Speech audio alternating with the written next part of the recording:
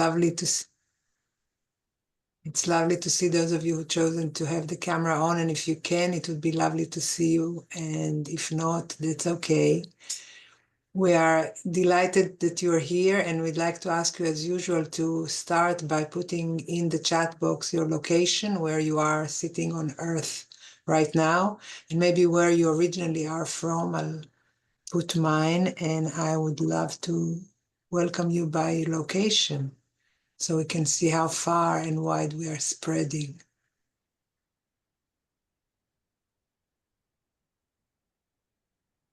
Hello, Toronto, Canada, Costa Rica, USA, New England, South Africa, wow, that's fast, Berlin, Germany, Austria, California, Denmark, Vienna, Hawaii, Eastern Hawaii, wow, Zimbabwe, but living in the UK, Massachusetts, welcome.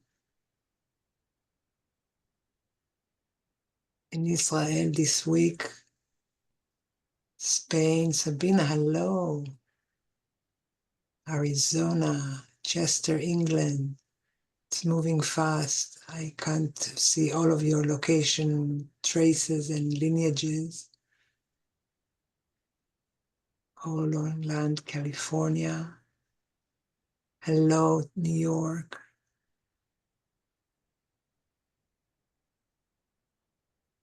Wonderful finca.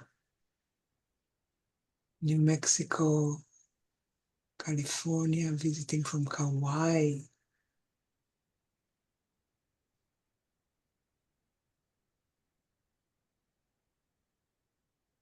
Hello, New Haven.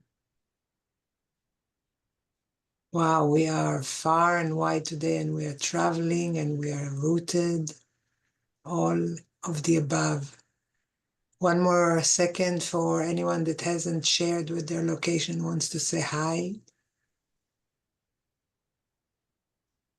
West Hollywood, California. Hello, Tasha. And living in Vancouver and Minnesota. Wonderful. Welcome, welcome. Kat and Victoria. Washington. Welcome, Shira. So with that, I will bring the torch to you, Yael, if you would take it over and take it from here. Hello, and thank you, everyone. And peace, shalom, salam to all who are joining us today. I am having huge technical difficulties, so I apologize in advance. Everything has not worked at some point this morning when I was preparing, so I don't know if it's a part of the storm that we invited to come be present and looked at, but I'm already practicing finding ground in the eye of the storm, the heart of the storm.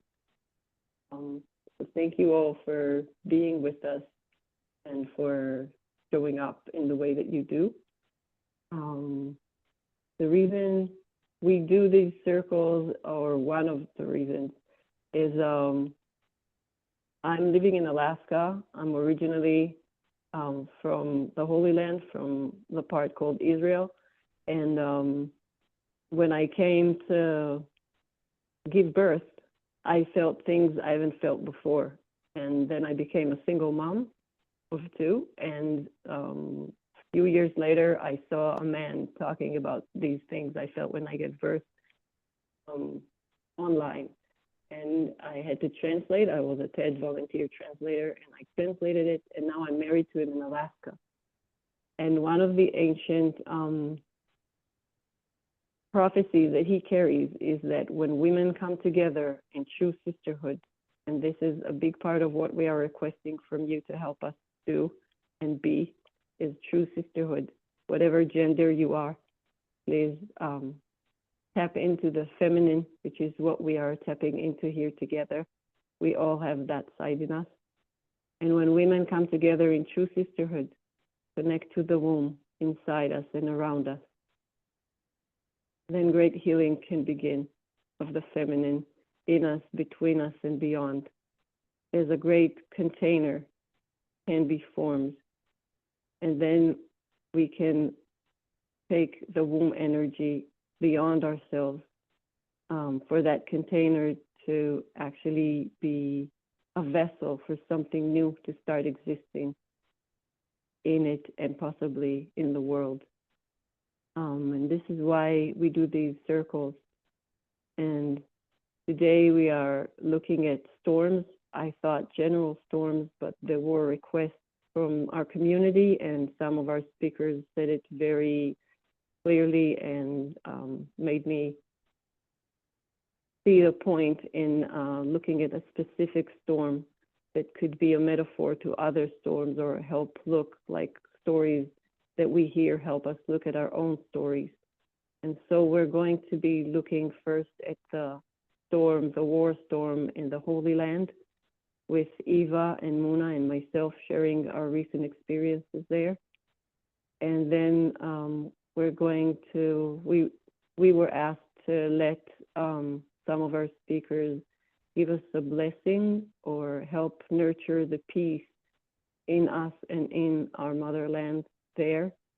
And then we'll expand our gaze beyond that, beyond the eye of that storm. We will open our third eye to more that will come.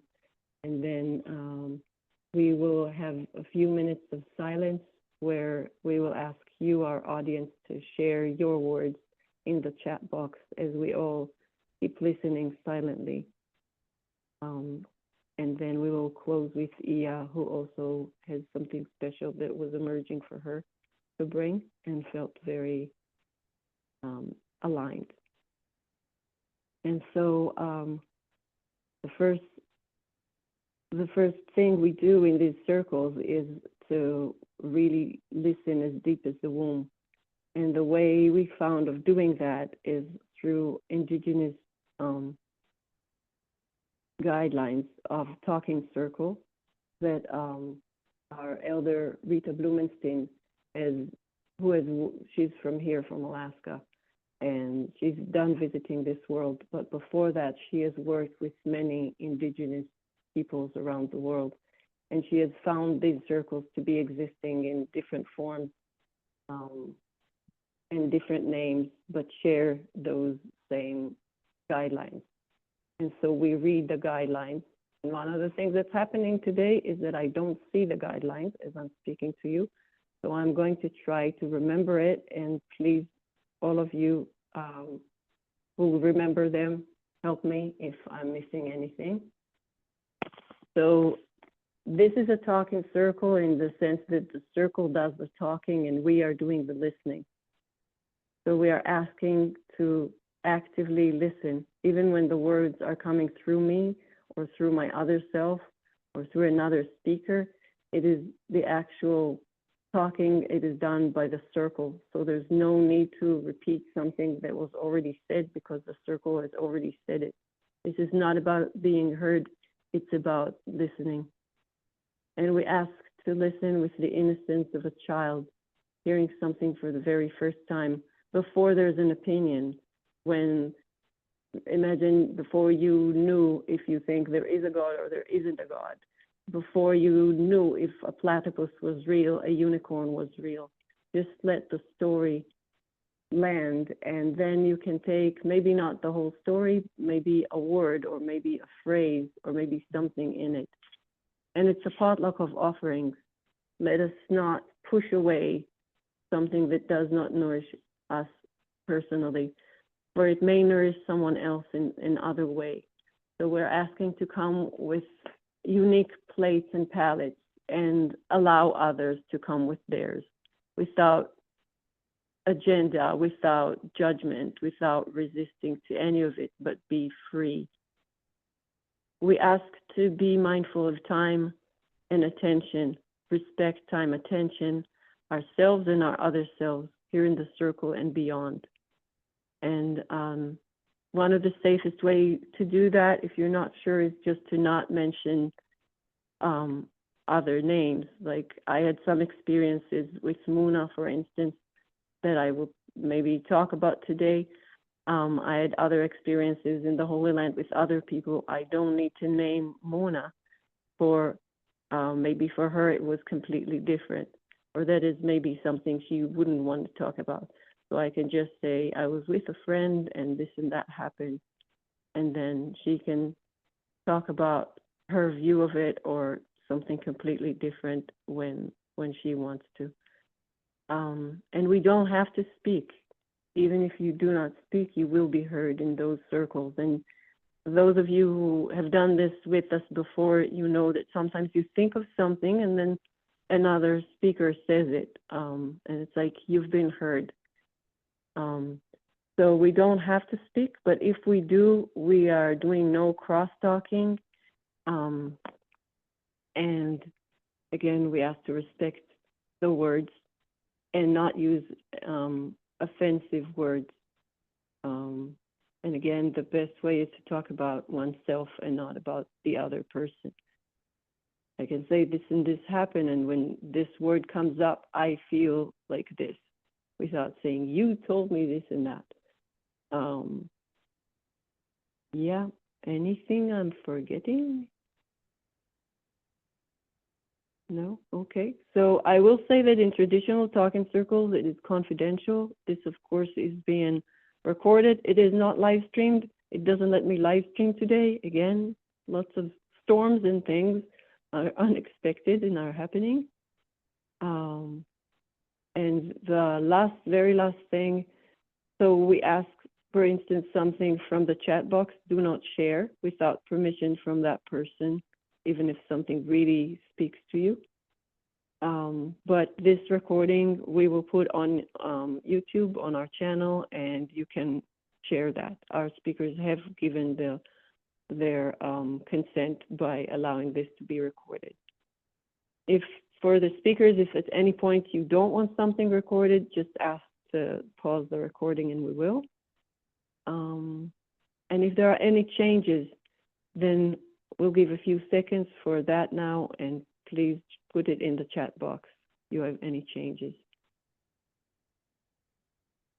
Oh, one last thing, sorry, I just recalled. This is not a support circle or a marketing circle, or this is not the place to lecture or, yeah, bring something that you feel is like makes sense. It's not about sense, it's about really listening deep in. So even if someone is in tears, they don't necessarily need immediate comforting. We allow tears here as we allow smiles, as we allow other things to emerge. There is something freeing about that. If the person that is sharing wants comfort, please request for that, and then those who feel they can support that will do so. But otherwise, please don't go into automatic reactions. We are tapping into the creative rather than to the reactive. This is our request. And with that, I would like to ask Vav to take us to the sacred space and open with a blessing. Vav.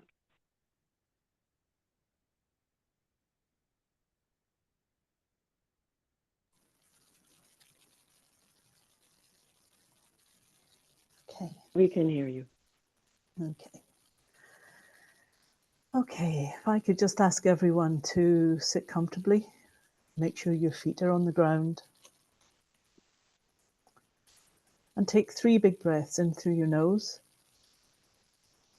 and out through your mouth.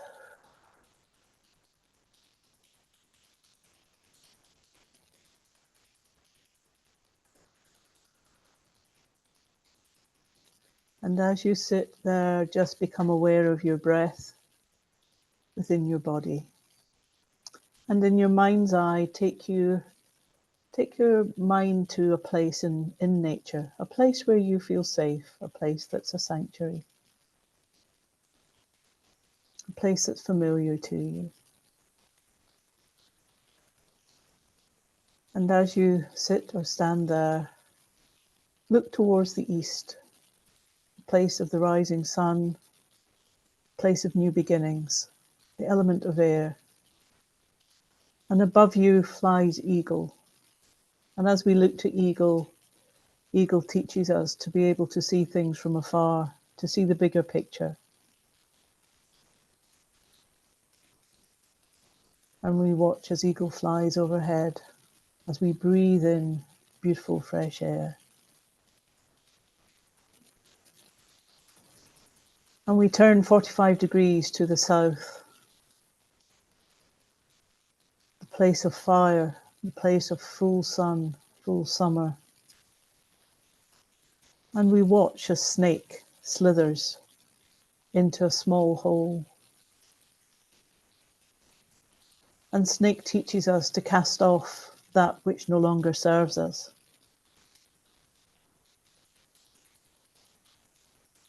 And we learn to look in the small places and look at the small things which are just as important as the big.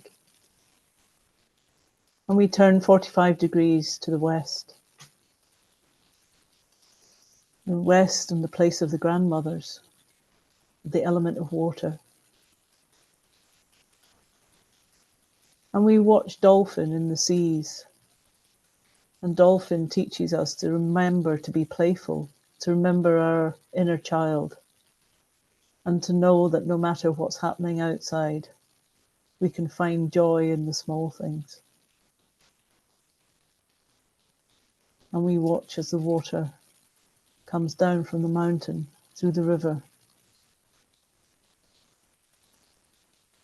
And we can never stand in the same river twice. It's always moving. And the water teaches us that change is good. And we turn 45 degrees and we look to the north. And in the north, we see the element of earth and all that we stand upon. And we look to Bear. And Bear teaches us about how to look to the cold times and to conserve our energy. And gathers all the energy and holds it deep inside. And sometimes we need to remember that we too can hibernate. We too can slow down and take time to regenerate our energies. And we look to the center of the circle we've now made. And we look to the lands that we stand on, the lands of our ancestors. And we look to the energies of the lands, the stone people, the plant people, the standing tall people, who teach us how to be rooted and still, and to withstand the winds and bend with what's coming. And we look to the stars above, to the great heavens, the star people and the invisible people who are with us always. And Great Spirit who breathes life and energy into all that we do.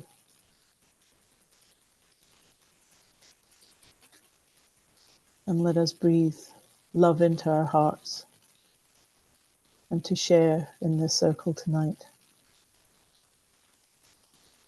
And take 3 big breaths in through your nose and out through your mouth. As we let go of all that we've held as we've come to this meeting today, this gathering of souls round the fire. And as you sit, wiggle your fingers, wiggle your toes, and listen with our hearts. Aho.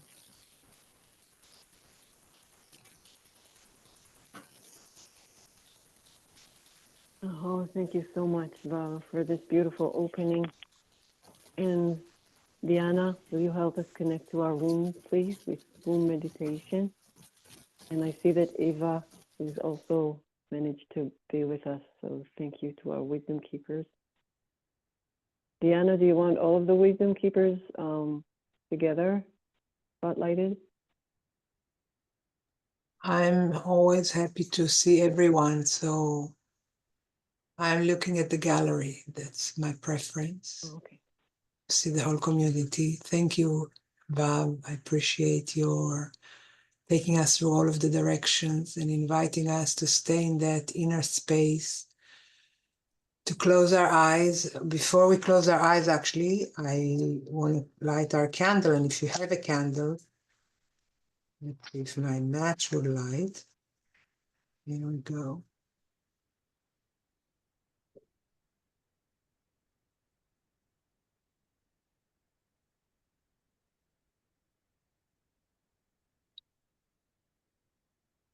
We kindle the light outside of us or within ourselves.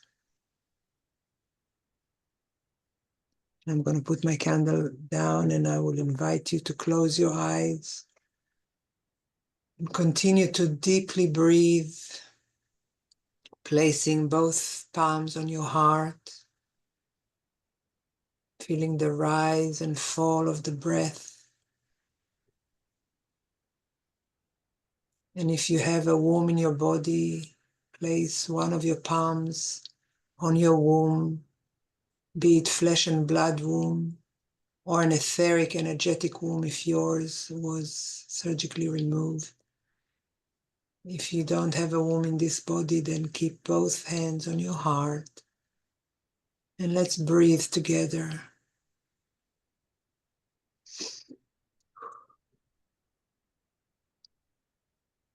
And in your mind's eyes, take yourself to the nest of the womb of your mother, where you started as a seed and an egg, as a spirit engulfed in a womb. Whether we have a womb in our body or not, we all came from one. And that womb was a cocoon, a safe space, a haven where we were protected in the face of any storms that took place in our mother's emotional life, thinking life, her world, her environment. Her heart might have raced, her breathing might have been accelerated, but the womb was a cocoon, an environment that in the face of all storms stayed unchanged. There might have been echoes around us of storms, but the safety that we have felt and experienced and grew into in our mother's womb was undeniable. Let's take a moment to connect, to reconnect to that utter peace, to that utter safety, to that utter quietude in the face of anything around us, being in a haven, inside and in our cocoon. Taste how that feels.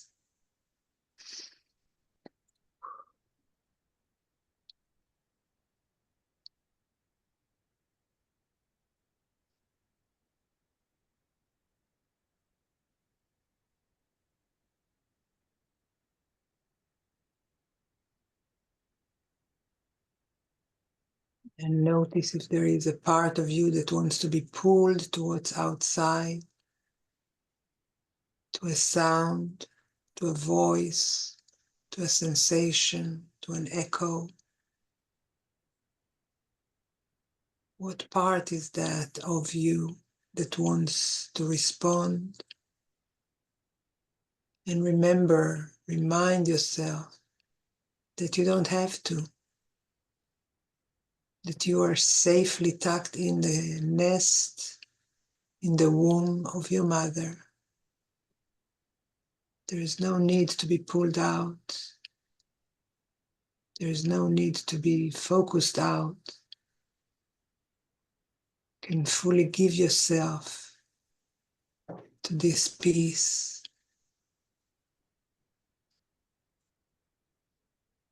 to your womb around you, your nest as your ground.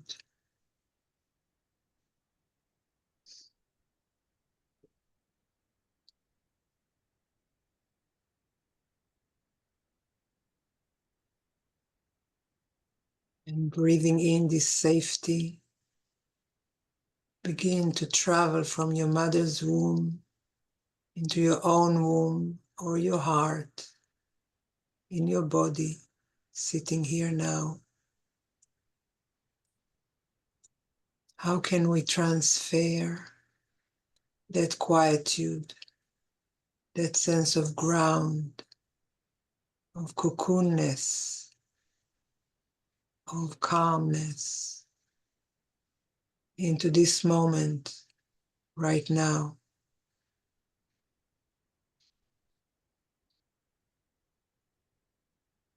Noticing what parts of us already respond to sounds, to sensations. Remembering we don't have to, we can. We can stay in this quietude inside, or we can be rooted in it and have tendrils or tentacles connected with the outside world around us from that deep peace.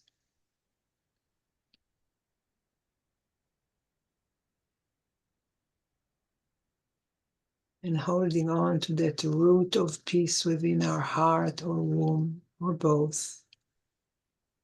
Beginning to return with our senses to taking in our environment, listening to your sounds in your environment. It might be a bird, there might be music, there might be silence.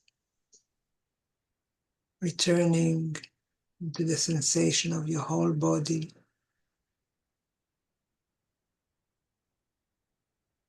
Feeling your skin as an envelope, another cocoon.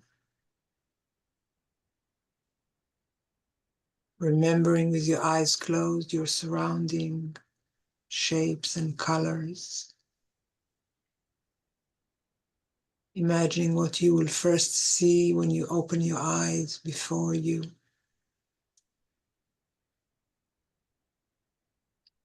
And when you are ready and fully here, allow your eyes to gently open.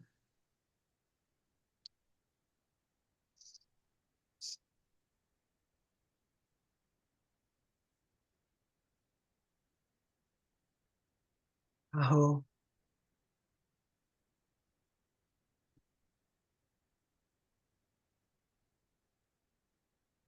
Thank you, Diana. As you were speaking, I could feel how the womb is such a safe space where we can just be, even if our mother holding us is in a storm. So thank you for taking us into that womb space. And with that, I would like to ask Eva to start by sharing whatever comes to you, be it about storm, about the Holy Land, about the connection between the two, whatever comes to you. Please. So good to have you here. Sorry, guys, we have siren. So bye.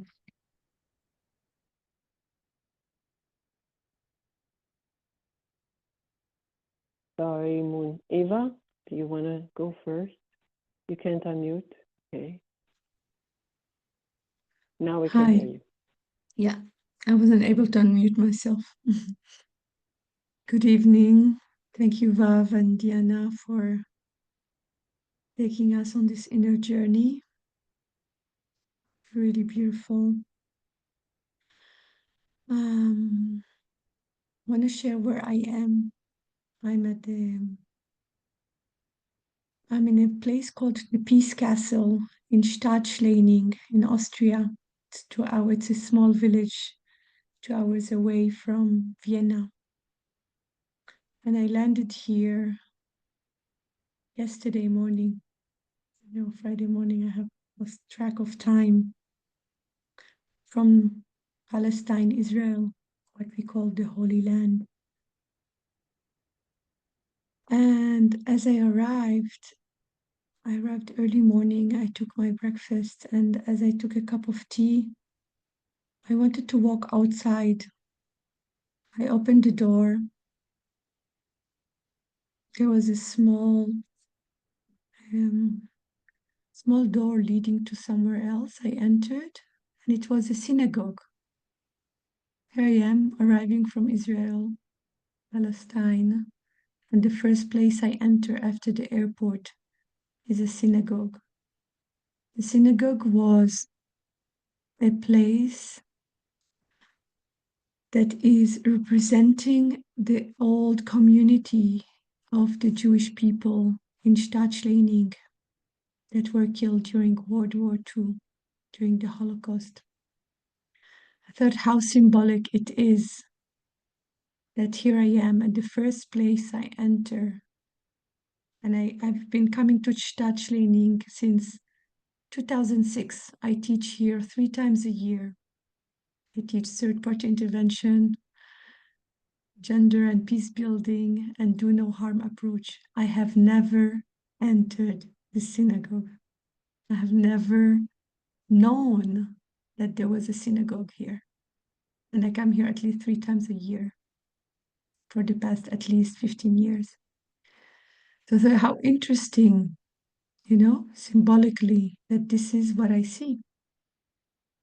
And as I was reading the history of the place and what happened and the pogrom the Jews suffered in the early century, the 30s and the 40s, and I realized we're still in the same situation. The names have changed, but we're still facing the same pogrom.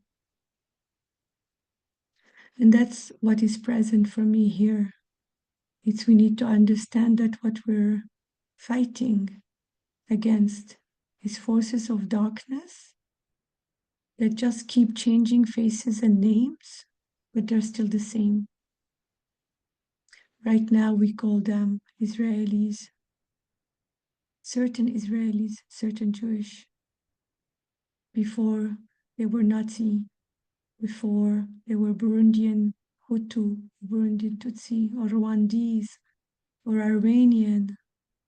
All this genocide that have been happening throughout human history, his story, the story we tell ourselves and the story we are told about the need to hate each other and to kill each other, and having a very good justification. So as I sit here,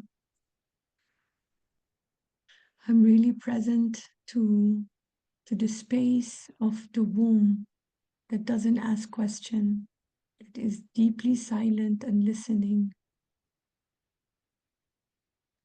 And in the storm, when we are in the eye of the storm, I also find it interesting, the term, the eye. As some of you have known, I have lost my eyesight. I have recuperated 2 years ago. And the eyes are the window to the soul. And I feel right now we're losing slowly and surely our soul by witnessing or looking away with what's happening. The point is not who is dying. The point is that there is death rather than life, that we're celebrating the death of children, mothers, fathers, because they belong to a certain community or not. If that community is ours, or if that community belongs to another race, color, gender.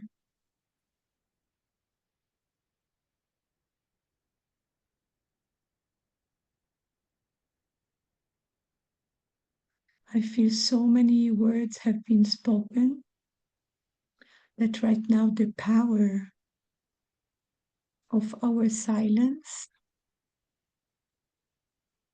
is actually bigger than any word we can say. And one thing I shared today as I was teaching gender and peace building, we're working on women's movement in Liberia. And the example that this women movement carried forward was that they managed to stop the war. They managed to stop the war in Liberia. They managed to stop Charles Taylor and bring him to the International Criminal Court. And that brings me hope, because I know that we can do it. I know that we have done it. In another time, another color, another situation. So today, as we sit in the eye of the storm and we feel helpless and powerless, I call upon our power. I call us forward to hold on to our vision, to keep our eyes focused on the goal, to keep our heart open with compassionate self-forgiveness, to remember that every single member of our body, of our community, has full legitimacy of being here, regardless of their color, gender, name, belonging to a tribe or another, because we are all one. This is our journey. Our journey is to come together as one and understand that we are together fighting. And rather than fighting, I want to say activating peace towards our unity. And that's what I stand for. Peace activation is creating this field of peace, not building peace, not fighting for peace, but actually activating peace from within our wombs for those of us who have it.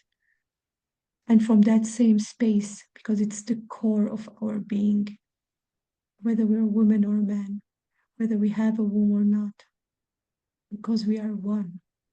And this field is a field beyond right doing and wrongdoing. It's a field that is expanding.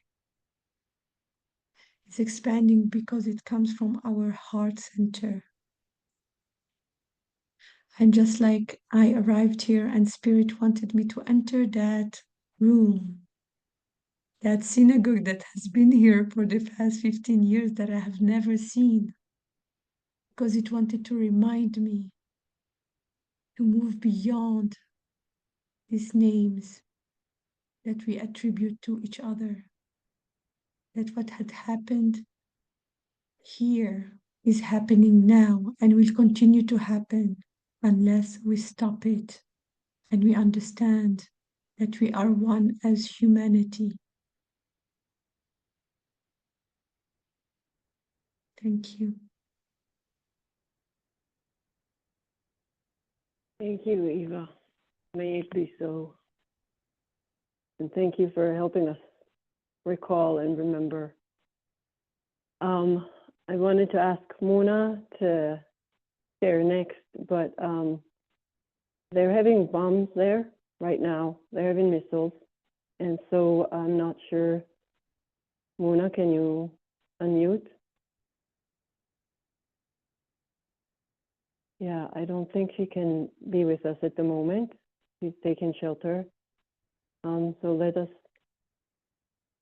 in a moment of silence, as Eva was reminding us, as Diana was reminding us, let's take a moment of silence and just be with her and try to send her some protective energy, to her and to everyone who needs that in that place and in other places in the world.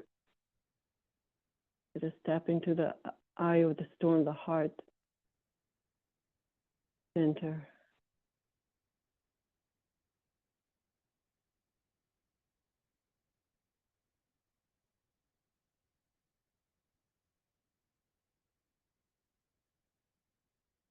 Oh, Moon, you're back. Can you please share a little bit? Not much to share. It fell here pretty close, so the whole house shook. they are injured, and yeah, not much to share. We're fine. I can't really speak that much right now. Just give me a moment, and I'll regain my energy, attention, and speak then. Okay. So, yeah. So Alma, if you can make our speaker co-hosts, and then Muna, when you feel ready to share, you can just unmute. So I will share. In the last circle, we talked about the gifts of fear. And I think at the end, I kind of shared that I'm going where the fear is for me in some ways, which was the Holy Land. And now I'm back. I'm in Alaska. I've spent 8 days there. I had the privilege to meet Muna, my sister. And Eva and I were there at the same time, though we didn't get to meet. It was very interesting also to observe that, how close we are, yet how far. And we realized, or I will speak about what I realized, is that we all need to tap into our unique heart and follow what each of us needs to be doing at the time. And although I thought I was going to meet these two beautiful Palestinian sisters, at the time that I was there, I felt very strongly the African-Syrian rift, and to work on the body of water there. And so my calling, and also Muna's, was to the Sea of Galilee, where Eva had another calling, even though it was also, some of it was with water, but in another part. And so after kind of trying to cerebrally, plan it, we realized we need to let go and just trust that each of us is where she needs to be. And we actually synced with time, with the sunset. And so Muna and it was very few women. It was me and Muna and another sister. And then we came to the land, to the Sea of Galilee. And as we were going to the spot that we wanted, we saw some burnt parts. And we were wondering what it was, and realized it was missiles that have landed there a few days before and burnt some of the place. So it was like, oh, we are going very close to where missiles were, and there might be again. But it felt like we are doing what we need to be doing. We can't not do what we need to be doing for peace just because there is war around. But we need to be mindful and cautious and tap into the gift of fear, telling us, be careful. This is not to be taken lightly. And so as we went there, we started, first we found this net full of filth that was dropped there. And so we had to clear out first the kind of the mess. And then we were setting the altar, and there was a chaoticness. Like, I collected some stuff for the altar, and then eventually I forgot to put them in the altar. Like, there was this, chaoticness, I would say. There was a chaotic energy, but we managed to kind of collectively help each other ground and go in, is what I felt. I felt the presence of my sisters is helping me to ground and to tap into that. And we started working with the land and the elements and the water.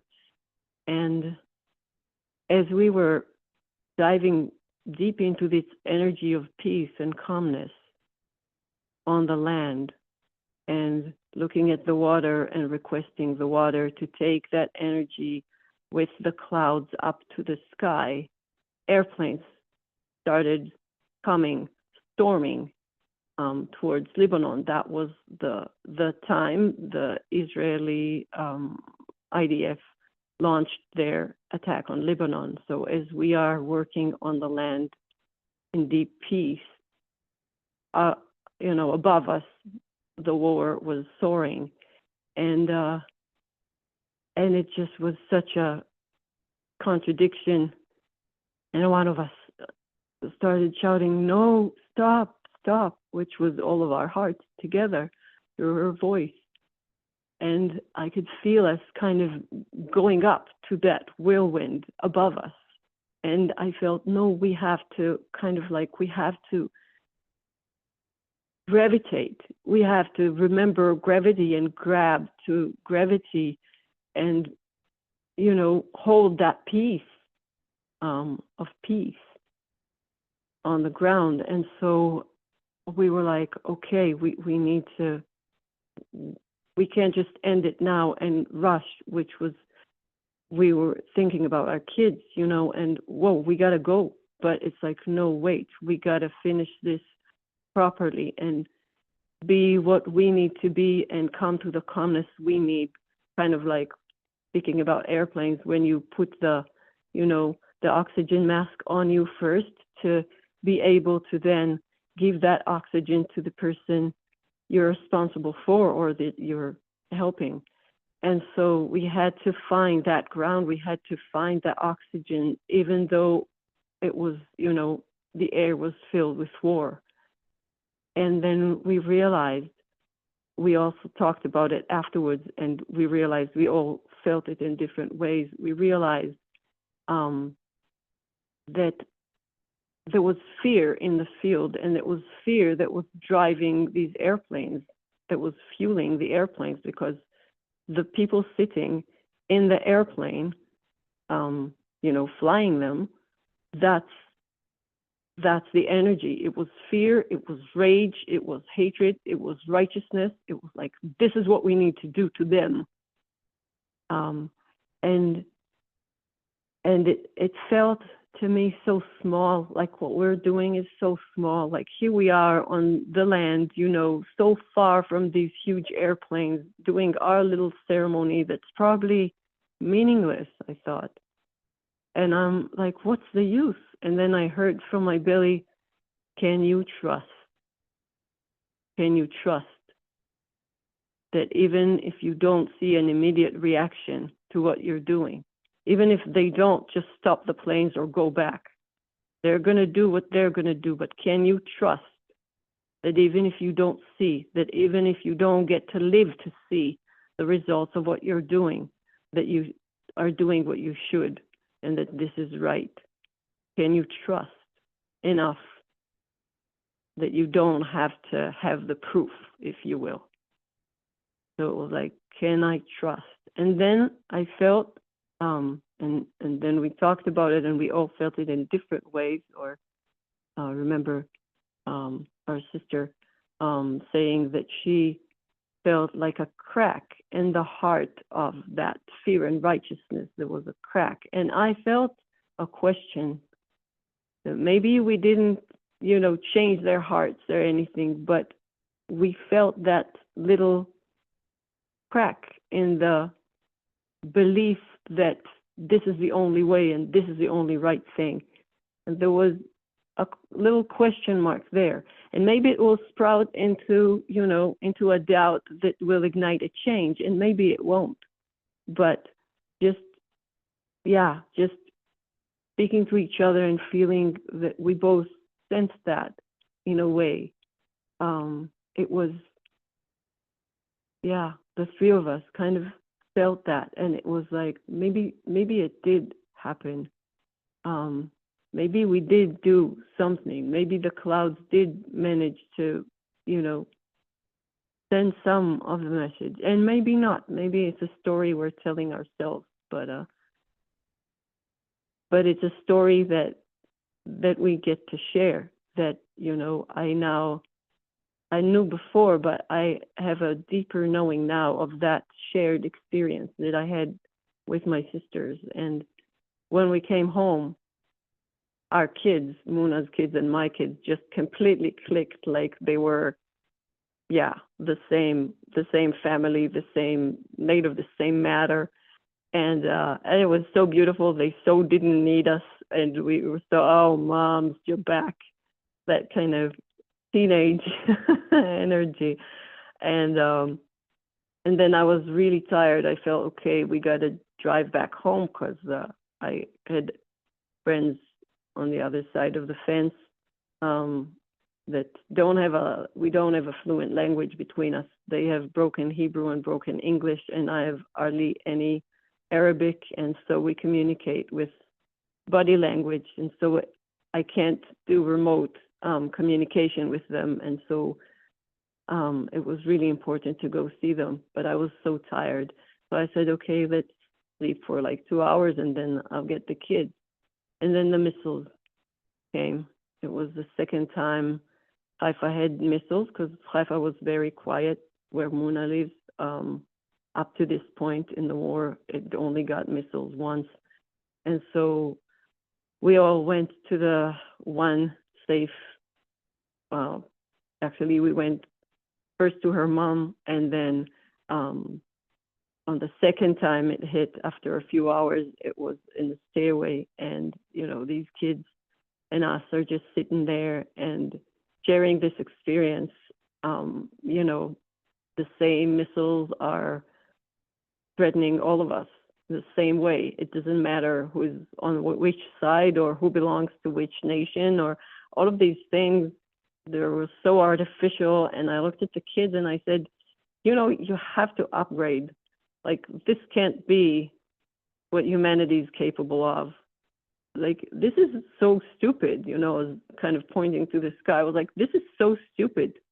And you are smart kids. Please, please help us upgrade, because we can't have it that way, And anyway, it was meaningful and beautiful and horrible at the same time. But it's something that my kids have. Like, I grew up not knowing any Arabic person for real. Like, I didn't have any Arab person in my life. So whenever I would, argue my peaceful opinions, people around me would be like, the ones that don't believe in peace were like, but you don't understand. They don't have the same culture. They don't have the same mentality. They don't want us. And they will do anything to get us out of here. And I would say, no, I believe there are probably people there believing what you're saying, but there are other people too. And they're like, prove it. And I had no proof. But I was like, I'm sure there are people out there that are the same as me, the same as us. And they're like, prove it. And I had no proof. But my kids have proof. They have Muna's kids. They have our other friends from the West Banks. They have those kids. They have friends that are supposedly from the other side. And I'm like, who chooses your friends? And then who chooses your enemies?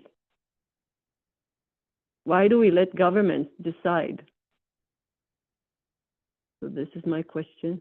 And yeah. With that, Muna, maybe you can share.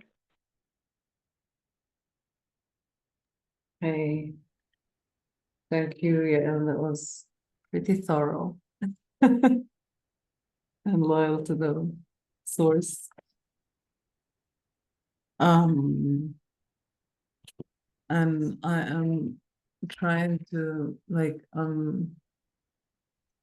little bit slowly calming down into this meeting right now, and I really want to offer, something that can make sense to you. So I'm not sure what to start with. It might be wise to continue or add to what Yael shared about our shared experience, but there are other things I would want to share unless another siren goes on. So maybe I'll start with that, just to keep the, line of thought going on before you forget with all the other stuff that I want to share. And I feel like this prayer that we held together. It was the beginning of this part of the war. You know, like that, it seems to be like every time there's another grade upgrade. And so we were there to witness the beginning of this upgrade of the attack over Lebanon. That's like we actually witnessed it happening, you know, like we actually were there, and it wasn't still happening, and then it started happening above our heads. And I wrote Yael once that I not to listen to me anymore when I tell her that I feel a calling somewhere. And she completely misunderstood what I was trying to say, I think.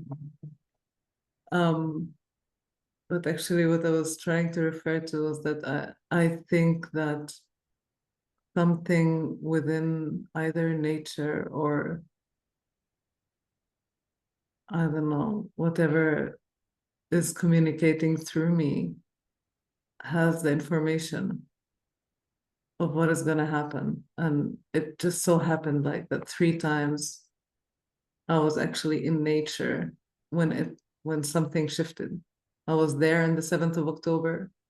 I was there in nature when the bomb fell on the children, the Druze children in Majd al-Shams, really close to them. And here we are, we were there together also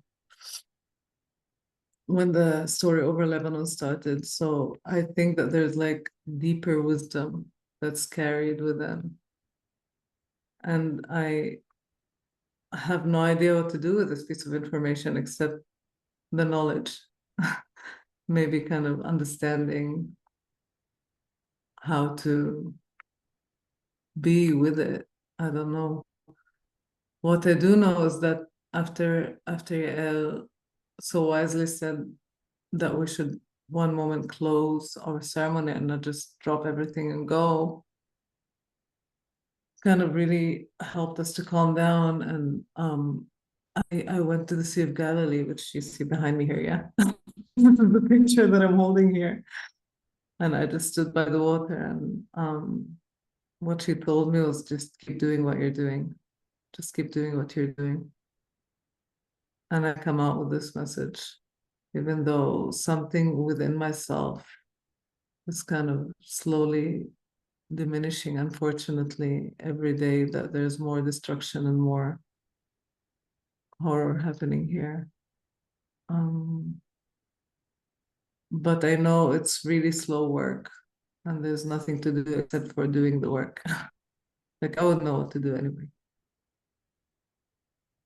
So yeah, it's just a trusting process, you know, like there was this one instant where the 3 of us held hands, like we created a triangle above our altar and just closed the ceremony, and it felt like, okay, you know, like we managed somehow to, like I managed, I'm sure, I don't know what happened within Yael and the other sister, but like I managed to somehow come back to sanity for a minute before we packed everything and left. So, and it was amazing. On the way there, I was looking, you know, like on the, because you see like along the way, there are all these spots in earth that the plants are all black. And it seems like for a moment I forgot, like, why are they black? And then like my partner goes, you know, there's a war here. And like pieces of metal keep falling and burning everything. It just seems like these game of stupid boys throwing things on each other, and you know, here we are. So,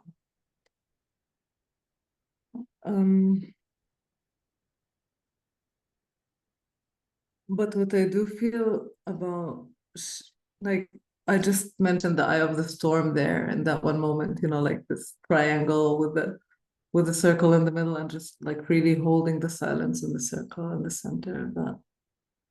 Like, when Diana was leading the meditation now, I realized how much I am in the turmoil of the storm, because I did not manage to connect at all, neither to my womb nor to motherhood. Not because I couldn't, but because my thoughts were very strong. So I just have this new friend of mine in Gaza. They were told to evacuate a couple of days ago. Yesterday, they were asked to evacuate, and since then, he's on the move from one place to the other between the rubble, trying to find a safe space, and there's no safe space really. And so all of a sudden now, when I'm hearing the news about northern Gaza, it has a face and a personality and a voice to it. It's not just the people there. And I'm worried sick about him. He has like heart issues, and then I was talking to this friend of mine about the situation, because I decided that I want to raise money for them to leave the place. And so in this conversation, I told her that I would not leave my family behind, like we need to raise money for the whole family. And she said, well, if one of your kids had heart issues, God forbid, would you not send them alone abroad? And that kind of triggered the whole thought about motherhood for me. Like, what would you do in this circumstance? What would you do as a mom in this place? It's like, I just want to try to explain what I'm understanding slowly is that basically, like, the thoughts become so strong, the what ifs become so strong that it really takes over you. Like, I've been hearing testaments from people from Gaza talking about what ifs, about their friends who lost their lives. Like, what if they didn't leave? What if they did leave? What if they were bad people? Would they have survived? What if they were, like, all kinds of things, like the what ifs are so strong. It's just like you're all the day trapped in your brain and in your mind, and it's really hard to embody. It's so difficult, and I think that the only thing that can cure this is just being enveloped with love somehow. Like, I feel my being now, just talking to you, relaxing and calming down slowly. But it could not happen without me sharing and talking and, like, knowing that people are listening to me. And I'm here, like, relatively safe. Okay, well, the bomb fell like 2 neighborhoods away, but my home is not, it's still standing.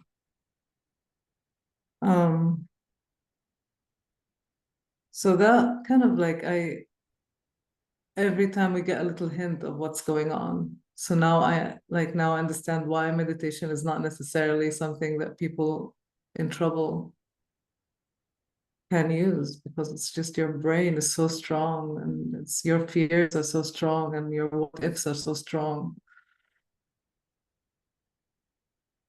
It's insane.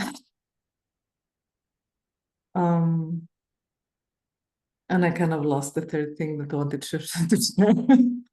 I know that there were 3 things that I wanted to share, but I lost the third one. I think that, like, as Muna right now, what is to find wow, I'm starting to cry. I'm sorry. I'm losing the belief in humans.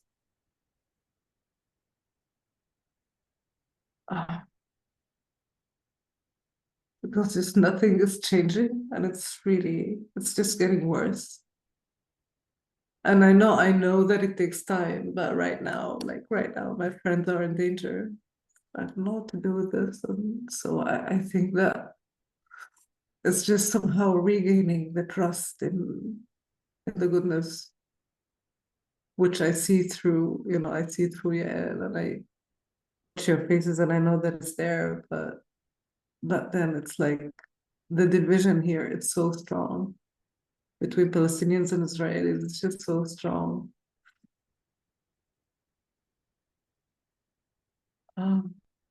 And I don't know what can come out of it.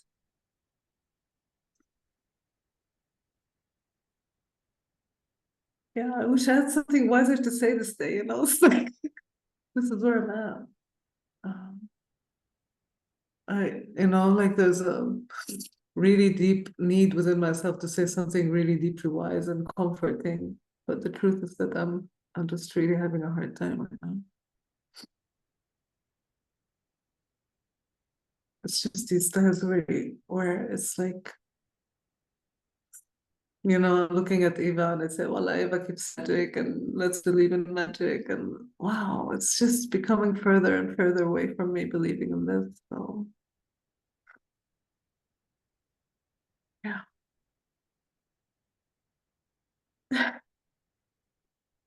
This is where I'm at. Thank you, Moon, for your honesty. Thank you for the tears. They're the healing potion of the world, I feel. So thank you for sharing those with us.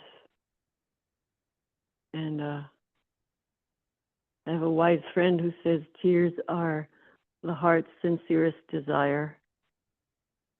And so thank you for sharing those, which we share, I feel. And I feel everything you have said. I'm still feeling also kind of like what Eva brought, that maybe this pain and death and horror is actually the beginning of birth. And not every birth ends in life. There's no promise. But there is potential that eventually something totally new will be birthed out of this. But it is a very long birth. And and I'm not sure we'll survive it. But we can die trying.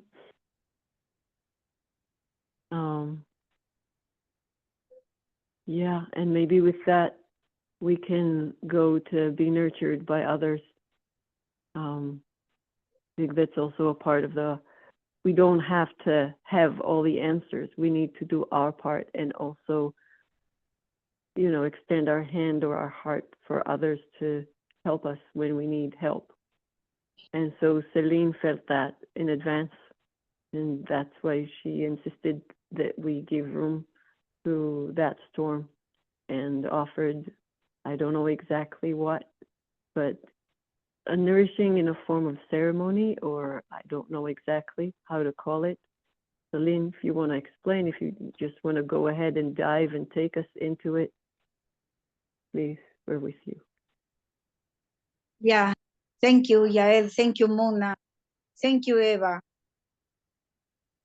This is, we prepared this with Yael and Diana.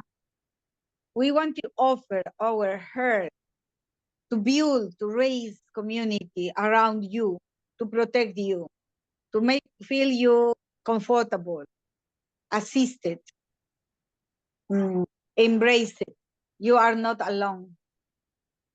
So what we do is we burn copal and we burn this smoke. It's a very powerful smoke. It's for raise community. It's like when you raise a child or you raise a pet, you raise a farm. This ceremony is for raising a community. Raising community ceremony means all of us, we want to make you feel supported. All of us, we want to make you feel admitted. All of us in this circle wants to make you feel contained. And this ceremony is for this. It's starting with a chanting in my tradition. And in this chanting, I will ask for protection for this circle of women, of wounds, and protection for these 3 women who are overexposed to the danger and to the situation in extreme violence, in extreme lack of peace.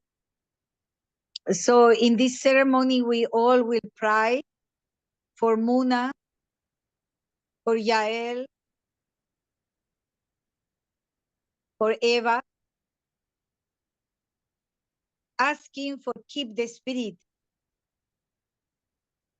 of the tolerance. So what is the meaning of this ceremony is to make possible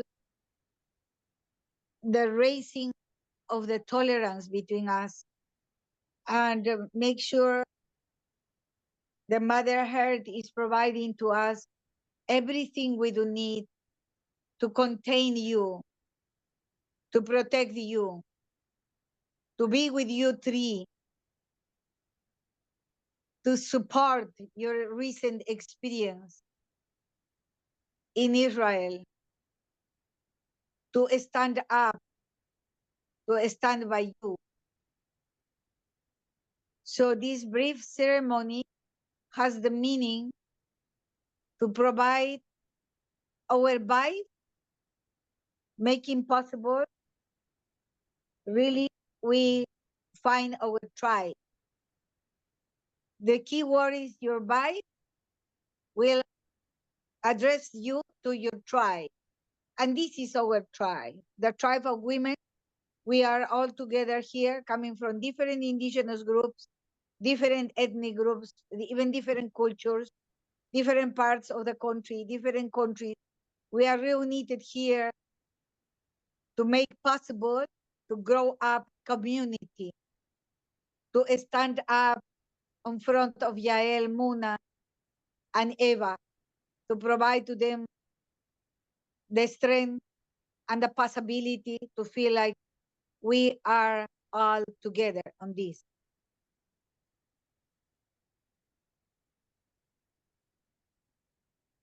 So after I do sing the chanting for raising community, 3 persons in the group can pronunciate one word, just one word, not a direct speech, just one word containing in brief, what do you want to give to these 3 brave women?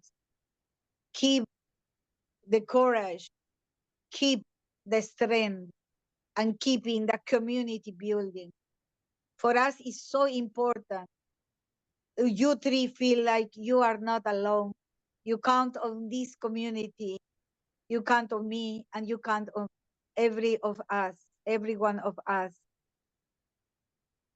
So I will start the chanting. It's a sacred chanting, very old, and is calling to raise community, to embrace community, and to make the community grow up.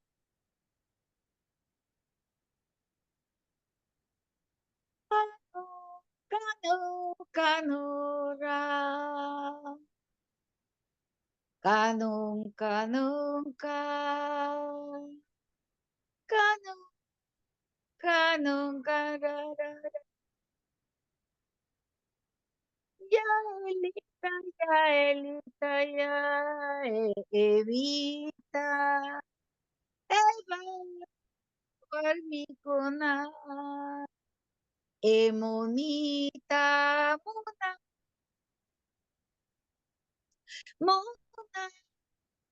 Ay, ay, ay, ay, ay.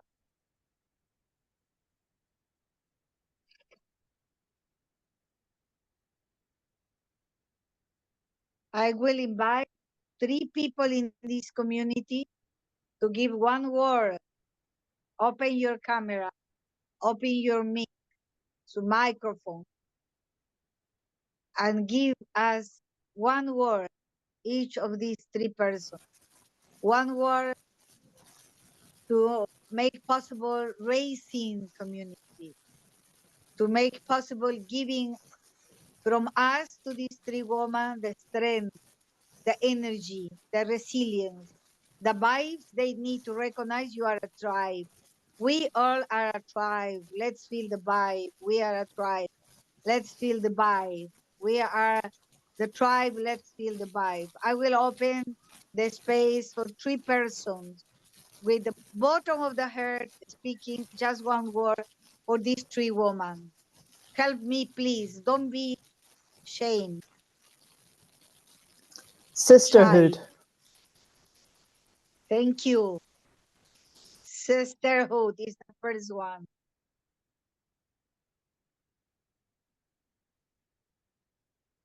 And maybe people in our community, if you want to use the thing to raise your hand, and then you can unmute.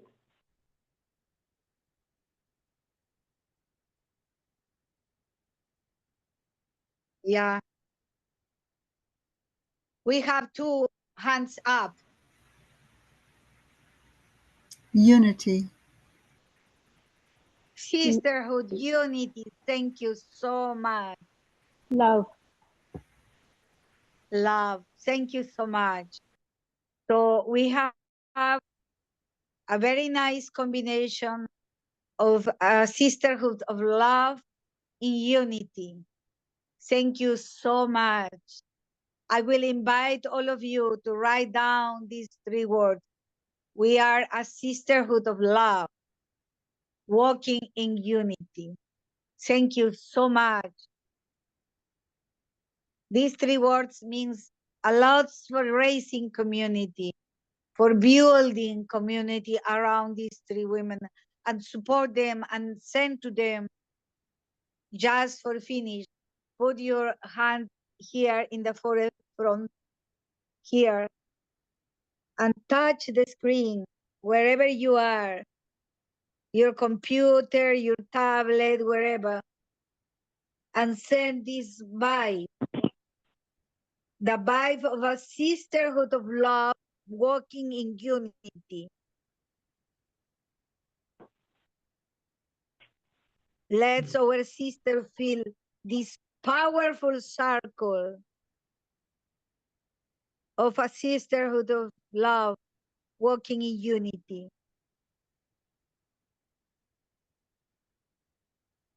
Taking a very deep breath,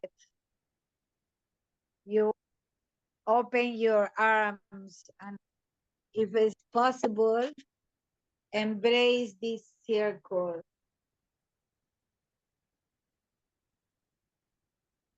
Keep the energy of the circle and imagine having Muna, Yael, Eva in the middle of the circle and protect them, embrace them, and raise community. We are a community.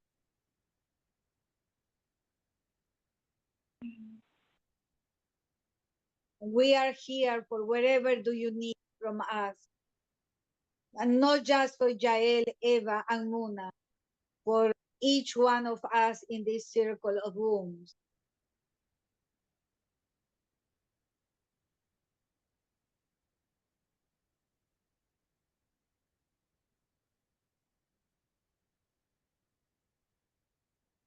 Now embrace yourself very tight, very tight. Taking a very deep breath, embrace you as tight as you can. And send this hug for each of the members in the audience with love, with unity in a sisterhood.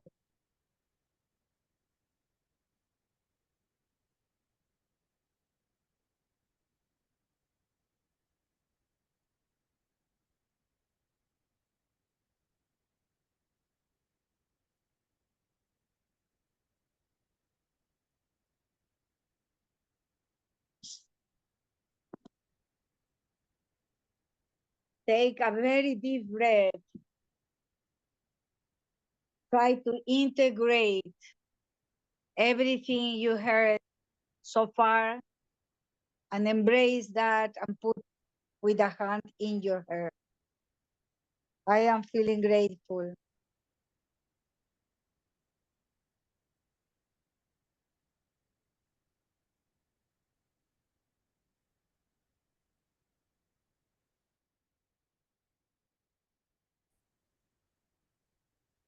We will finalize by taking a very deep breath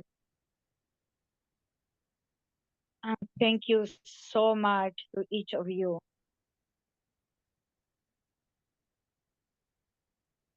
Thank you, Yael. Thank you, Muna. Thank you, Eva.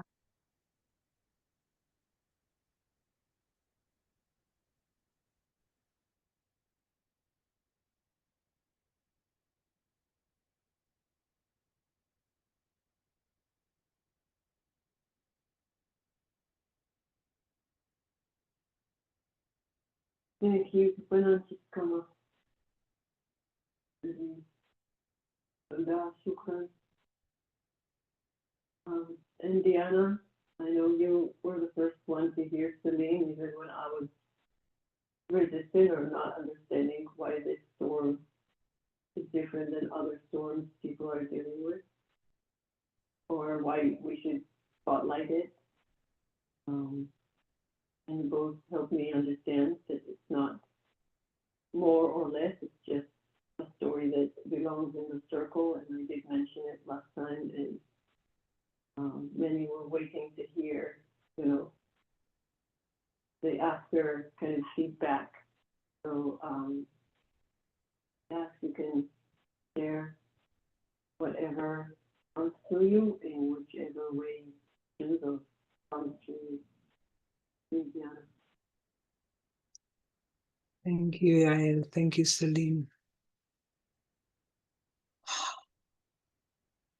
I want to say first and foremost to three of you in the heart of the storm, Muna, Eva, Yael, you make a difference.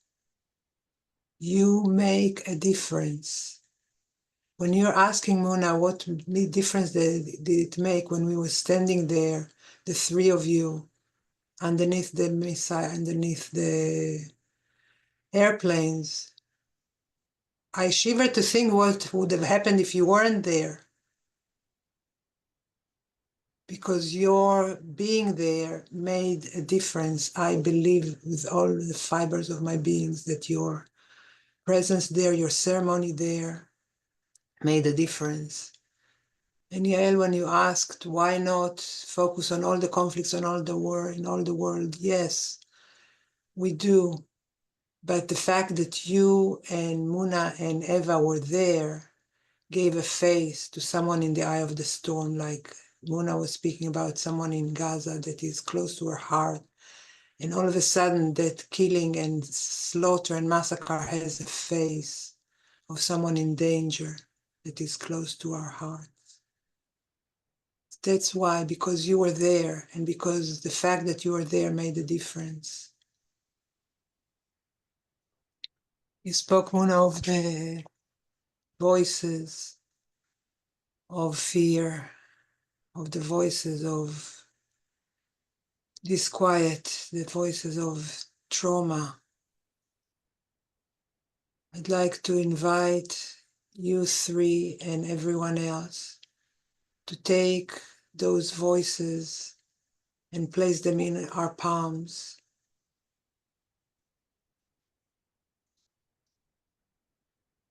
And I'd like to offer us a chant as these fears, these traumas are here in our hands, in our palms, ready to be relieved of our burden. Morning sun, come my way, come my way. Come my way, come my way, take my pain, take my pain, take my pain, take my pain, down below, down below, down below, down below, cooling waters down below. Morning sun, come my way, come my way, come my way, come my way. Take my pain, take my pain, take my pain, take my pain. Down below, down below, down below, down below. cooling waters down below.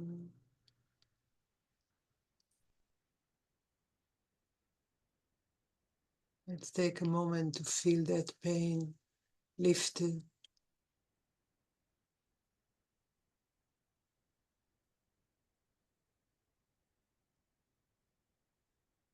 Lifted.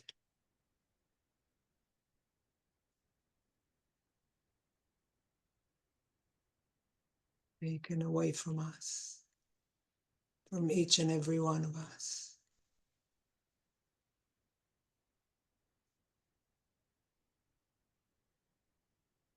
And it might return, and it might be taken away again, and it might return again and be taken away again, and it's a cycle that we don't see the end of, but we can cycle with it.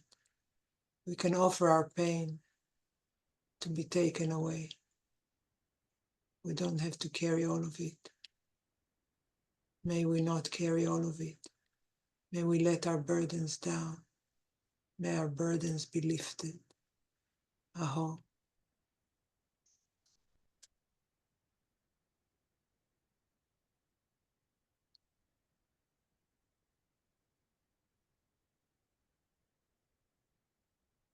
Thank you, Diana.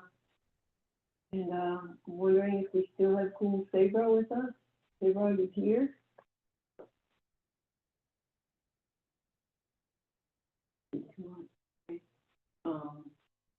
Yeah, but the Sabra is our wisdom keeper from Hawaii. She surprised us by coming. Told me she doesn't think she can make it. So I want to thank her for being where she was, and if she comes back, we'll hear from her as well. Catherine, can you share whatever comes through you, please?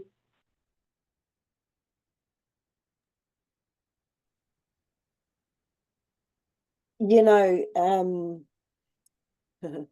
it's difficult really to express anything that can come close to something that has, you know, this is my own standard, that has something of meaning right now. People are there living in situations all over the world. There are conflicts. There are what, maybe 20 plus major conflicts going on in the world right now. It's insane. What do you say to that? And in a fractal universe, you know, when I get all intellectually befuddled, asking myself that question, what comes to me is like, we're in a fractal universe. If you don't want to focus on that, flip it. Do a 180, focus on its contrary or opposite value, which is all the things we've been talking about: peace, gratitude, love, all of that sort of thing. Because what we focus on brings about, that's what we're taught. It has to, ultimately. And I'll just go back to our Māori language. One of the words, common words for storms is awha. Awha is interesting because it has a mirror kind of word, which also ends in A and begins in A. And that word is aroha. That's interesting. Here you have a word for storm. And remember, the A references wisdom. He's going to, oh, so why, that's so interesting. Why is it that the word storm has this energy of A at the beginning and the end? Awha. How can that be? So I look, you know, sitting there thinking about that, going, well, what else is there in that word? Far. And you know, if you look at the word far, it's related to another word, far, which means to feel with the hand. And what that made me think was, wow, there's a lot of good and a lot of bad you can do with your hands. It's basically talking about we have the power in our hands to create storms or to do loving things. We can hug ourselves, we can shake hands, we can pray, we can do so much. Always believe there is much that can be done in the face of an afa with your fafa. Always believe it. You've got to, because to believe the opposite would be very, would just go into despondency. And another word for your hands for Māori is ringaringa. And of course, you've got this part of the word ri in there, and that means energy. Again, it's saying with our hands, with our ringaringa, we have so much force and energy. Problem is choice, isn't it, really? It's what we choose to do. And we can do good or we can do bad with our hands. And I also thought, well, what's something else about afa that I can take away from this? It gives me insight. In our Māori traditions, our ancestral meeting houses, I know this is going a bit around, but I'll make the connection. In our ancestral meeting houses, they're actually constructed to be like a model of the person. Like the doorway to the meeting house is like how you actually enter the body through the woman. The vagina, I'm going to say it. The main roof, like the ridge pole of the house is likened to the spine of the human. And if you can imagine, the poles that come off that are like your rib cage, right? So many aspects how the ancestral meeting house model, it's like a microcosm or whatever for the human, the model. And on part of out the front of the meeting house, there's this thing called the painga awha. How's that? So awha means storm, and at the front of the meeting house, there's this thing called the painga awha. What is it? It's like a wooden, like a fence, but it's really robust, and it's so robust you can sit on it. It's that strong. And it's kind of like it's like a division marker between going into the house and outside. And in the front of the meeting house is the domain of tumatoinga, the so-called atua of conflict, war. Tumatoinga in the front of the meeting house. But when you go into the meeting house, like going into the womb, it's the domain of rongo, the atua, the supernatural ancestor, colloquial god of peace and calmness and tranquility. So you go into the house, it's all meant to be good, calm, secure. But outside, just before you enter, it's tumatoinga's domain. And what separates it is this pai awha. That's so interesting. And then I had this memory of, how many early mornings when we have gatherings at our marae and we'd sleep over, at our ancestral meeting house, you'd sleep over. Me and my mates would sneak out, sit on the pai awha. I just had these memories talking about this. And we'd chat into the wee hours of the morning about all sorts of things. And we'd strengthen our bonds sitting there, sharing our stories as teenagers. You know what I mean? And during the day, adults, our elders would sit on there. The light of the sun would be shining on you because it's right in the front of the ancestral meeting house. You'd sit on the pai awha and you talk about deep matters. The point of it is dialogue, right? Meaningful dialogue that strengthens relationships, that helps work out and resolve things, building solutions, philosophizing on that painga awha. I thought that was interesting. And then my mind turned to, aren't there meant to be institutions in this world that are meant to be helping to secure peace? Protect human rights, advocate for, there are, they're meant to be. You know what though? they do appear to be corrupted right now. I'm talking, one big example, obvious, would be the United Nations Security Council. They're meant to be helping to resolve conflict and bring security. That's like in their name. They're the council, Security Council, and they're not able to do it. So we have our hands that we can use.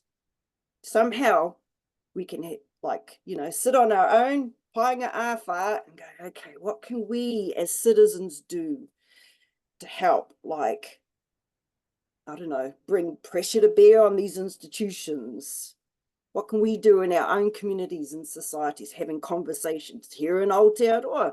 We're rallying for peace and, you know, all these areas of conflict. We're way down here and they're way over, you know, other parts of the globe. But we know it means something to us that they be resolved.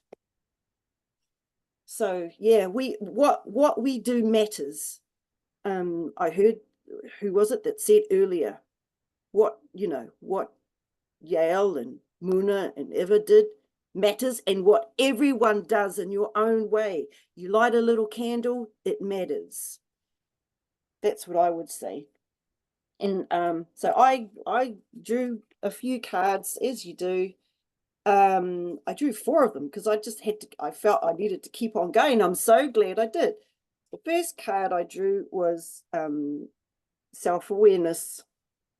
And that is all about knowing what power we have, each and every one of us, to contribute to a peaceful world. Huh. The next was guidance. Oh God, it's hard to see this. Guidance. So whatever it is, wherever you get your guidance from in terms of amplifying your self-awareness, I would say we could put some more energy on that, focus on that. The next one is a supernatural ancestor. Oh, it's hard to see this. Tangaroa. Tangaroa is this one. If I can cue it up. Oh boy, it's hard to see. Sorry. Tangaroa. Anyway, Tangaroa is the supernatural ancestor. And you can see there's a dolphin there. Someone talked about dolphins earlier. Sorry, I lost track. Oh, it was it that? That? Yeah. You did your thing on, and you mentioned dolphins in the oceans. But Tangaroa is the atua of healing. The supernatural ancestor whose domain is the oceans. The oceans are known for their healing properties in our traditions. You go to the ocean to get healing. There's many other places you can go to too, but the dominant, you know, one of our dominant supernatural ancestors for healing is in the oceans. Because look, we're made mostly of water, salty water. Our tears are salty water. There's a reason for that. And then the last card I drew him, boy, again, the only other time I've drawn this card, if you remember, we were on a call. This is the card of like pure possibility. Anything you wish for, you can have it. The last time I drew this card was also, we were in this conversation about the conflict in Palestine and such. If those on the call remember, so we've drawn it again. If for nothing else, I think we can just take hope that that arc, you know, it's a cliche, that arc of peace and justice is on our side. I do believe it. And in the face of any facts to the contrary, I'm just going to say, nah, I believe the arc of peace and justice, it's on our side. It's going to happen one day. Yeah, I don't care what anyone else thinks. I'm going to hold on to that and I'm going to believe it. So those are my thoughts. I really appreciate these conversations. And as a little pithy, like end note, it really helps anchor in me the feeling of privilege in my life. So when these little arguments that I have or situations that I have come up and they're like, oh, I'm so annoyed by that. All I need to do is come back to these conversations, go, oi, remember, there are people in the world who are going through actual suffering and trauma. What you're doing, you know, what's going on in your life, you can handle that. Come on. So it gives me perspective, if nothing else. These conversations give me such deep perspective. I love you all. I love these formats, and we should definitely keep going with them. Kia ora. Kia ora. Thank you so much, Catherine. And Vav, we only heard the opening blessing, but maybe something more about your personal experiences and or your culture. Oh, how do we follow that? It's been a very powerful evening, and I really honour everybody who's spoken. My personal experience was traumatic. In 2012, our house got hit by lightning and it got exploded. It was massive. And the power of nature taught me to be humble and to realise how small we are. And I remember at the time thinking, in a storm, I'm the person to be with because I go into a very cold, calm organisation. And I remember I grabbed a knife, I grabbed a pot, and I grabbed a duvet as we left the house. We were in it whilst it happened, and it was very traumatic. But outside, after everything was calming down and the fire service was there and the ambulances were there and people were all in a bit of a panic, I remember thinking, we're so lucky. That's been once. One blast, one explosion. My God, how must it be for people who live in a war zone, who don't know when the next one's coming? And that fear of anticipation and anxiety and fear must override any cold, calm ability to think sensibly. So I totally honour all those who have spoken already. And on the bigger picture, I see that the world is a little bit like a cruise ship. If you imagine, we're all cruising on Mother Earth, and this cruise ship is sinking.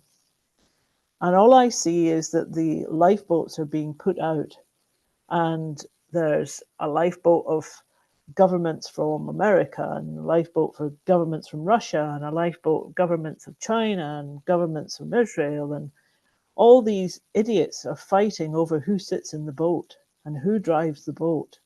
And they don't see that the cruise ship is about to sink.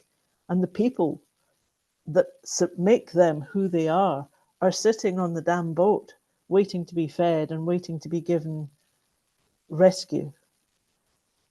And it just always seems so futile to me that we see those who are in power arguing about who's going to drive the boat and not actually see that the main boat is sinking. So I honour all that's been said already, and I look at how, for me, in my tradition, everything goes back to nature and goes back to the animals. And when there's a storm, what do the animals do? They hunker down, or they move, or they hide, and they sit it out. And as soon as things calm down, they come back out fighting, and they continue with their daily lives, and they survive. And I think as human beings, we have the ability to survive. We have the ability of choice. Somebody spoke about our ability to choose, and I think it's now time for women to start to choose to take back the power that we've had in the past, and to start using that power and that sisterhood to take us forward, and to stop the men who want to drive the boats. And we tell them to start doing what they're supposed to do and protect the weak, protect the women, protect the children. Thank you.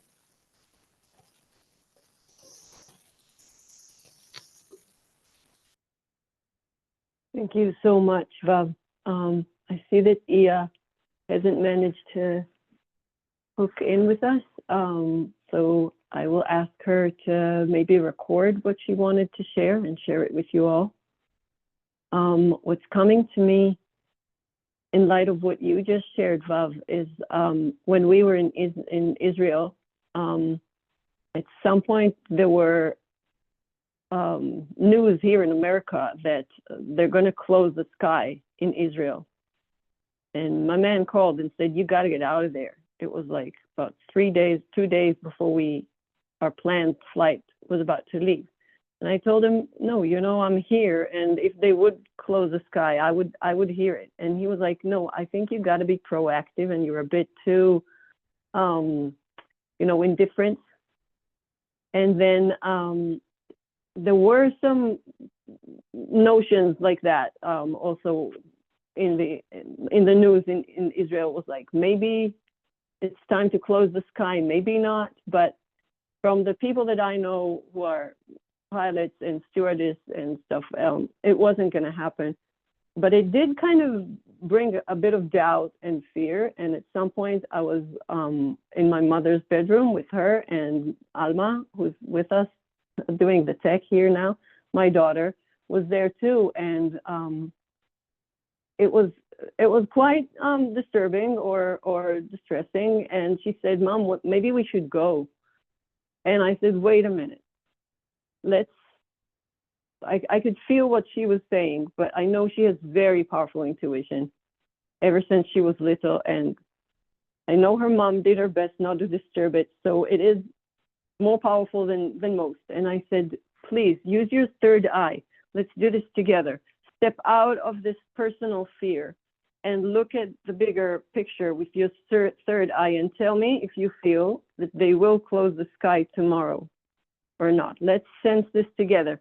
And at first I thought, this is weird talk for my mom. Maybe I should do it elsewhere. And then I was like, no, my mom needs to be witnessing this. This needs to happen here. And so I said it in front of her. And Alma and I both went. I go into my belly. I don't know exactly what Alma does, but she did her intuition. And she said, no, it's not going to close tomorrow. And I said, yes, I feel the same way. And it was like this intuition that Vav was talking about, or the sisterhood that came up here.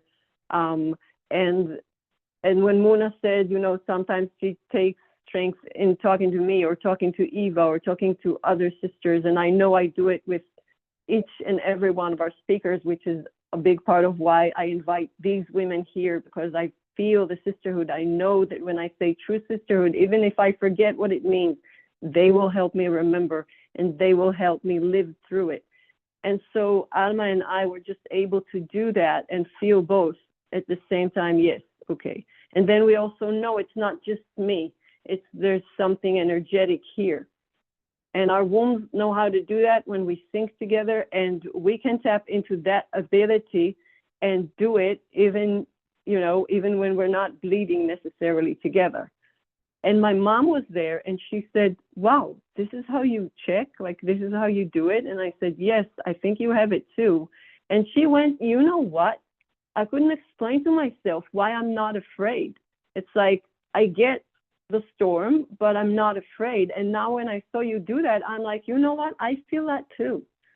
And so we stayed, I said, okay, we can check tomorrow again. And we did. And just after we went was actually this Iranian night lighting up the sky in the Holy Land, and we were already out of there. But that's when the sky closed. So it was coming, but it wasn't yet. And our way of finding that peaceful place to really know what's ours to do and what's ours not to do is kind of what I'm hoping we all can tap into and help each other tap into in a bigger way.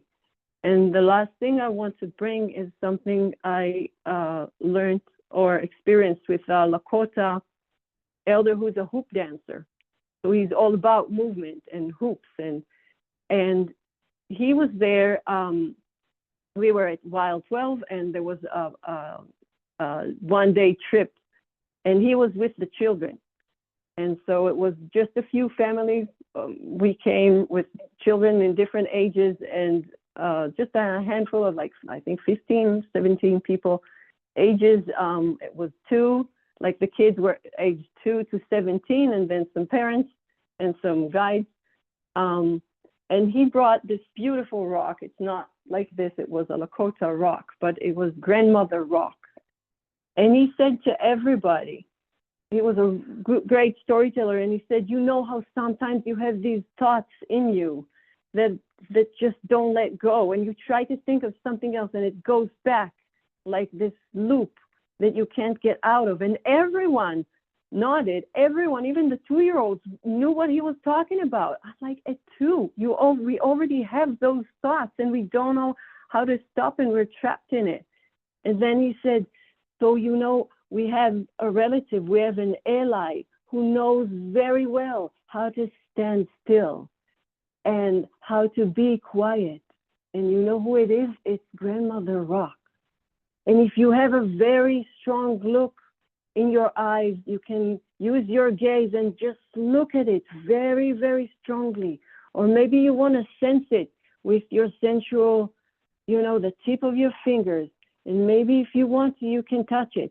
And all of us touched it from age 2 to 17. We all touched that Grandmother Rock and were together silent for about 1.5 minutes, which is a long time when you have 2-year-olds and 3-year-olds and 17-year-olds and their parents, and everyone was touching the rock and sensing that ability and receiving that ability. And it was a really small, very simple, very powerful experience that I'm offering. And Muna, I saw your hand, so can you please unmute?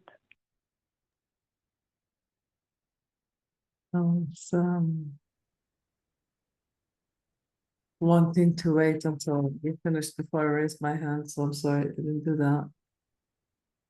I love the story of the rock. You previously shared it with me, and I really love it. It's been a real teacher. But I do feel like I want to offer a couple of things, and they're pretty simple, really, and I think we all know them, but just sharing this from this live experience right here, how much supported I feel right now. I feel like my whole system really like relaxed, actually, as Selene started chanting, something already shifted. And then with each one talking, and I think that what I come out of this conversation, of this meeting tonight, is that I think that it's fine to fall, and it's great to have support. And had I not really like crashed here, then my tears would not have washed my heart, and then I would have gone feeling wise but not really healed. So I think that it's actually really important to allow ourselves to lean back on sisterhood, like you said, like on this tribe. And I was like, but I don't know these women, but actually I do. And actually I can feel this. And I'm utterly grateful for this, to just know that there's power in women coming together and supporting each other during any time. And it just gives me some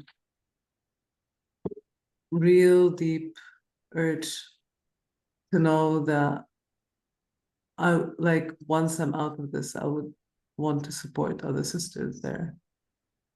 And this, I think, is the birthing, that difficult birthing that we've been talking about before, because I know that having gone through like really difficult circumstance, when now I look at people who go through something similar, then I can really understand them from the bottom of my heart. So I just want to say thank you, for this amazing come together, because it really does matter, actually, and even at this very, like Catherine said, like it matters because it touched, because of the faith. It matters because it touched someone here. So that gives me now strength to go back and do things. So thank you for that. I think that Yeah. Humbly, really humbly. Shukran, Muna. And it's nearly the end of our time, so we will give 2 minutes for silent sharings, and then Selene, you will close us, or Selene, do you feel you need to share something before that? I just want to thank you, your courage. So you are a brave woman, and we all are beating our hearts together, crying our tears together also, and thinking together. Try to feel how our hearts are unified. We are walking in unity as a sisterhood of love. And feel the vibe. Found your tribe. This is so important in those times. Difficult times just has the objective to make us awake. And the most important thing is keep the hope alive. The hope is our more precious belonging. And hope belongs to women. Because hope belongs to uterus, to womb. This is what I wanted to share with you from the bottom of my heart.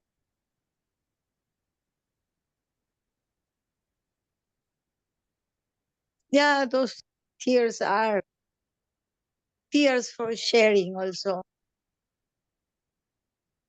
We can do it. Together we will do it. Doesn't matter how difficult it becomes. It will calm down or not.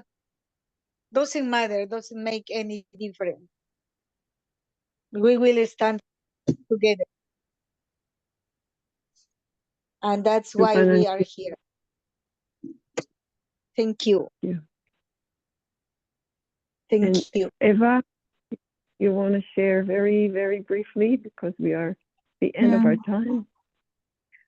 I just actually wanted to ask whoever is in this community from Los Angeles, reach out to me, because there's a Palestinian woman pregnant, 8 months pregnant, that just arrived to LA and is needing of support. So if possible to reach, and her name is Sumud, which means resilience. So it's very symbolic for our community, for those of us who are able to support Sumud with her womb carrying a Palestinian baby, would be great. Thank you. And I'll put my email here. Thank you. And I know Muna is in the beginning of trying to help that Palestinian friend you spoke of, and so we will be in touch about that too. Yes. And generally, I think there's a lot happening. There's also as you know, the storm at the south of the U.S. that has hit Florida, a storm that is not created by humans, but is affecting also humans. So I know there's a lot going on, and I don't think there's one place or certain things that we all should try and deal with, but we each have our unique hearts, our unique gifts, and please don't be discouraged by those you cannot help, but try and tap into where and how you can help, and tap into that. We are grateful. If you want to reach out to hear about more stuff, there's other things happening too. But you can also explore. I would encourage you to explore on your own and see what feels right to you, and yeah, help there. And with that, we will give 2 minutes of silent offerings in the chat box, and then Catherine, maybe you can close us with a blessing at the end. was Ia. I was planning on Ia, but planning is out the window at the moment. Thank you.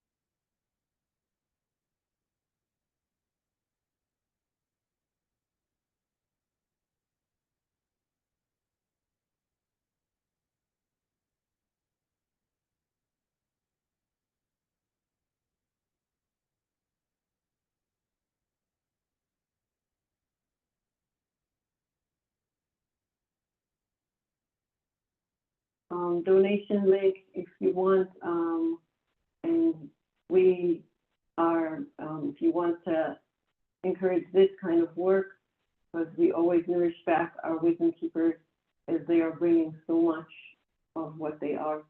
We want to also feed their energy and not just benefit from it. So if you want and can help us do that, that would be great. As I said, they are connected to other things. Selene is working with another storm going over the Shipibo Kunibo people in her region. There are many, many things that we are involved with and that our wisdom keepers are involved with. So, yeah, if you want to, contribute to that, that is also an option. I will put it in the chat box. We have another circle next month and then the month after, and that would conclude the 2024 year. So thank you for being with us. And with that, Catherine, if you can help us close the sacred space. Kia ora. And I just put in the chat box there the key terms that are used in this invocation that I'll offer. We sing it. If you like to relate to it as a prayer, please feel free to do so. It's very simple. Happy for anyone to use it. It's meant to be used after all. Ai o ki te aorangi, ai o ki te aorangi, aroha ki te aorangi, Aroha ki te aurangi. Koa, koa, koa ki te aurangi. Koa, koa, koa ki te aurangi. Pono ki te aurangi. Pono ki te aurangi. Tūtiru whakamaua ki a tīna, haumi e hui e, tai ki e. And so it is.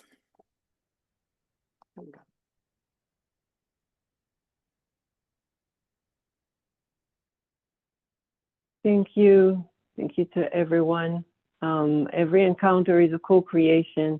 And this was a really beautiful, really powerful, really nourishing one. Thank you so much. We will stop the recording.